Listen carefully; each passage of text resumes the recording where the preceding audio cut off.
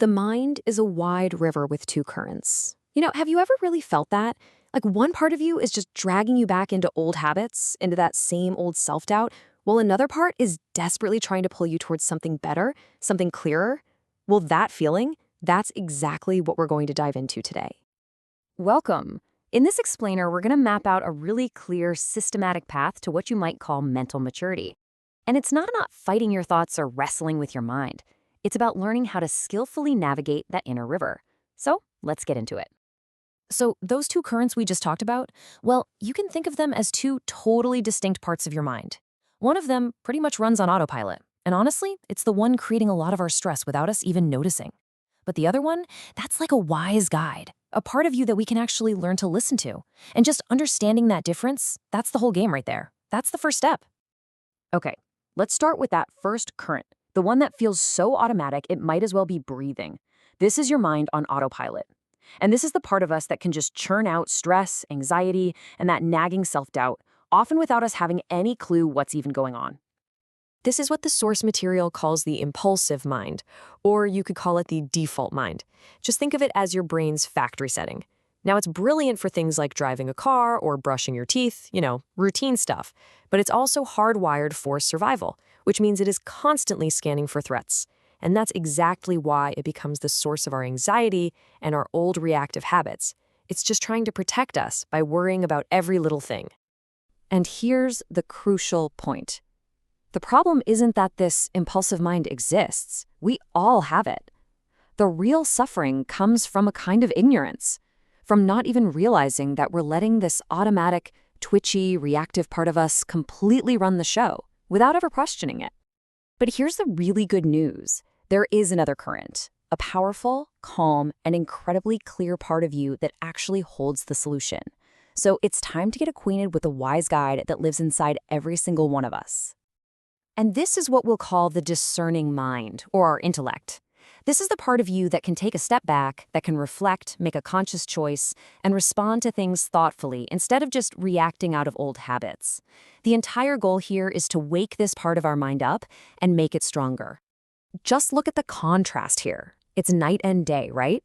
On one side, you have the impulsive mind. It's reactive, it's anxious, it's completely focused on everything happening outside of you. But then you have the discerning mind. It's responsive, it's calm, it's conscious, and its focus is internal. This isn't just a list of adjectives. This represents a fundamental choice that we can make in any given moment of our lives. So, the big question is, how do we actually strengthen that calm, discerning mind? Well, it all starts by untangling one single fundamental confusion that honestly traps almost everyone, keeping us stuck in that anxious, impulsive current. Okay, here it is. This is probably the most common confusion that we all face. We mix up our goals in life with the goal of life. Now, they sound almost the same, but trust me, they are worlds apart. Let's break this down. In the first column, you've got your goals in life. Career success, making more money, social status. These things are all external, and they are always, always changing. But in the other column, you have the singular goal of life. Things like inner peace or ending our own suffering. That is internal, and it is constant. So why does this distinction matter so much? Because when we treat a temporary external goal, like getting a promotion, as our ultimate purpose in life, we basically set ourselves up for a never-ending cycle of dissatisfaction. We either get it and then immediately start wanting the next thing, or we spend all our time living in fear of losing it. It's a game you can't win. Okay, so we get it. We see the problem, we understand the confusion. But what do we actually do about it? How do we put this into action? Let's explore a simple, practical path forward that really anyone can start today. And I absolutely love this next idea. The source says that trying to transform your mind isn't about brute force. It's more like training a puppy. Think about it. It requires gentle consistency, a lot of patience, and just understanding that, hey, there are going to be setbacks. It's all about gentle guidance, not harsh discipline. So the practice itself starts with 3 simple foundational steps. First up, place, position, and posture. This just means consciously choosing your spot and being aware of your body. Second, being comfortable, letting your body and mind truly relax and feel steady. And third, and this is a big one, being carefree. This is about learning to just observe your thoughts like they're clouds passing in the sky without getting totally swept away by them. Okay, but let's be real. We all know this feeling, right? You know you should practice, you know it's good for you, but your mind just resists. Laziness kicks in, distraction pops up, that little voice says, ugh, I just don't feel like it. That is the impulsive mind fighting back. So, for those exact moments, there's this brilliant little tool called the insist principle.